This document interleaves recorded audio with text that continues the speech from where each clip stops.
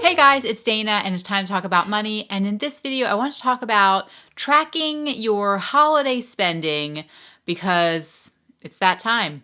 Let's get to it. So Christmas is coming up, or Hanukkah. The holiday season is here, and the average family in America spends around $1,000 on Christmas. So whether you spend more than that, less than that, that really depends on your income, on the size of your family, on how much you have saved throughout the year or throughout half the year. Hopefully you've been saving.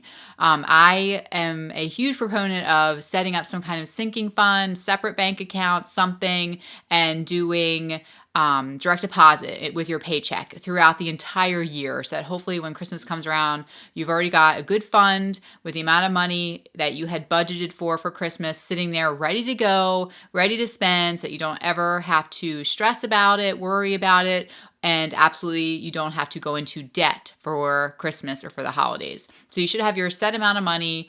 But then as you start spending, when you start buying gifts, and you might have already finished your shopping for the holiday season. If you have, congratulations. We have not. But usually around Black Friday, the day after Thanksgiving, people start really getting into shopping, but you might have already begun. But how do you really keep track of it? What you're spending and how much you're spending on each person, or how much, how do you do it, right? So obviously there's several different ways to do it. One way would be to simply withdraw all of the money that you have saved in your savings or checking or whatever separate account you have, or even if it's just a line item in your budget and throughout the year, and you have this amount of money in your bank account, you could just withdraw it and have the cash.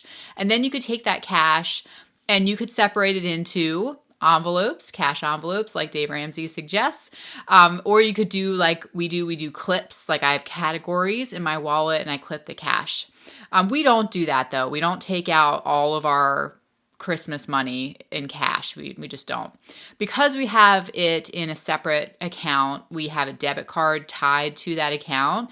And so it is easy to sort of track because I have the debit card and that account is solely for Christmas. So anything that we purchase for Christmas comes out of that account. And then I can easily look, go onto the app, the bank app, and see the transactions and see what has come out, and I can track it.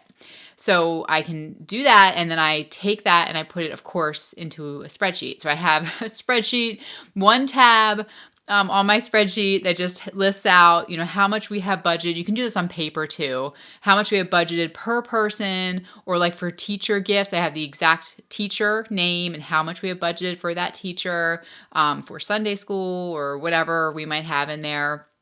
It's all like in a line item, right? So then I have our budgeted amount, and then I can put in the actual amount spent. So then that's what I do in our our spreadsheet. And then so I can look at the bank app, see what we spent, and then I can go to my spreadsheet and I can plug in there what we spent. And I like doing that because then next year I have a very neat and tidy one-page statement as far as what we spent for Christmas, and it helps me to budget for the next year. So if you're doing that on paper, you absolutely can do that on paper. You can, of course, there's a million apps out there. I'm sure you can find an app that will help you plug in your budgeted amount per category, per person, and then how much you spend. You can do it that way as well. I just highly suggest that you track it. So if you withdraw the cash, keep your receipts. That way you have your receipts and you can keep track so you don't end up overspending on one person or one category and saying, what happened to all the money? It's all gone. We spent the whole Christmas fund and we haven't yet bought for our kids or someone else, or, for grandma and grandpa. Oh my goodness. So if you track it, you'll know where you're at. And so, like I said, you won't overspend in a specific category. And then for next year, as soon as Christmas is all wrapped up and over, hopefully you had a fantastic holiday. You'll be able to look back at your tracking method and see, okay, how much did we spend? And then let me plan that out so we can start saving now for next year, right? Because then next year is going to be even better, more organized, more prepared for. And so it's like a game, and it just makes the holidays so much more fun. Or maybe you'll say, we had this budgeted for this person, or for this category, teachers, so just use that as the example, it's coming to my head, this teacher category, and I feel like we could spend more, we want to give more in that area. We want to give more to charities or to our church over the holiday season, whatever is in your heart. So then you could try to budget for that for the following year. And so I love tracking the spending, keeping track of it, so you can better plan for the next year, right? So that's it. Happy spending, happy tracking, and happy holidays. If it's your first time here, be sure to subscribe. I'm here every single week talking all about money. We're a family of 6 living in the Philadelphia area, and I'll talk to you in the next video. Bye, guys.